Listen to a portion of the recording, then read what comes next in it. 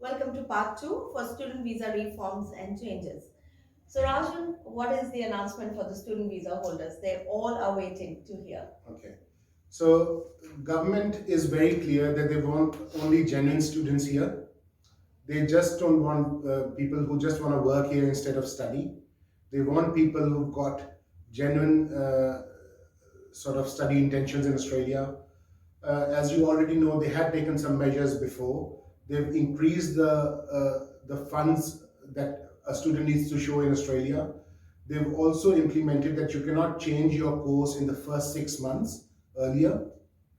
But now they're following up on those measures, and they've further said that people who are hopping onto student visas and changing courses, especially people who are going to lower level courses, will be highly scrutinized. Student visas will be a lot hard to get for such people. Of course, genuine students can still extend their visas, but people who are just going to different courses and getting new student visas every now and then, it'll be pretty hard for them to get the student visas approved. You already know about the genuine student test that they're trying to implement. Right. What do you think about that? This test, as per the announcement, looks like it's only for the student visa holders who are on. Correct. So maybe when they are applying for an extension, they have to go through that GTE test or whatever that would be that's called and all. And yeah, let's see how do they go about it. Yeah, so it looks like if you are going from a bachelor's to the lower level, maybe the test would be really hard to convince them that why they really wanted to do it.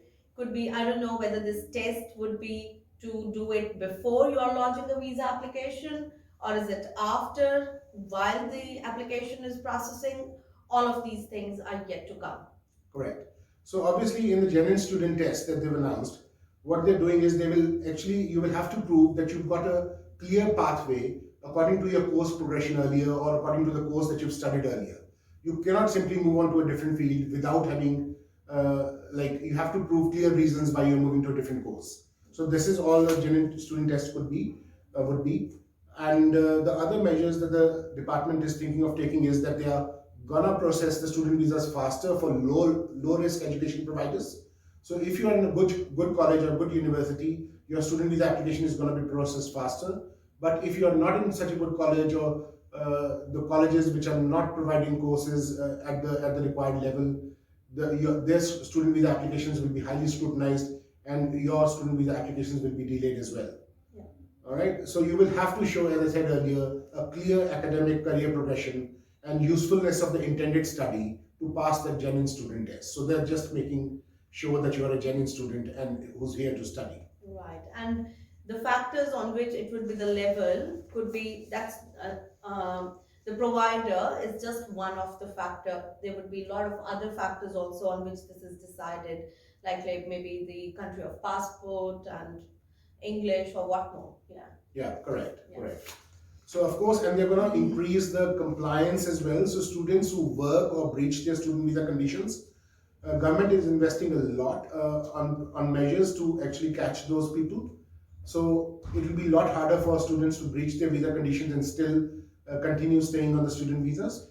They're investing around $20 million on the compliance. They're going to be talking to the tax department and making sure that students don't breach their visa condition. And the similar thing they're going to do with the education providers as well, and make sure that the education providers do provide the level of study they actually signed up for. Right, and we have already started seeing a lot of notice of cancellations have come to the student and all, and that's the reason where they have not met with the student visa conditions. And recently we have seen those NOICs have come, and looks like they are implementing what they are talking about. Correct. No, yeah, absolutely agree with that. I've seen a lot of refusals now for onshore student visas as well, and people are getting cancellation notices as well who breached their student visa conditions. For example, who are not studying properly or who are working more than what they're supposed to work on a student visa. That's absolutely correct. Yeah.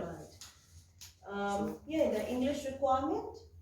Yeah, the English requirement has also gone up. Yeah. So you might want to tell about the English requirement. Right. So the student visa holders would now need 6 in English in order to apply for the student visa.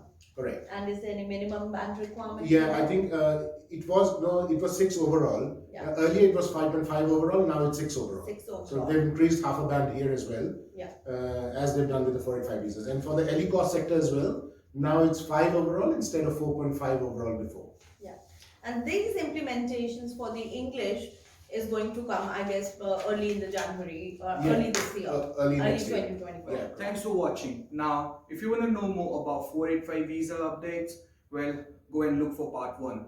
And if you want to know more about employer-sponsored visas, stay tuned and wait for part 3. Thank you.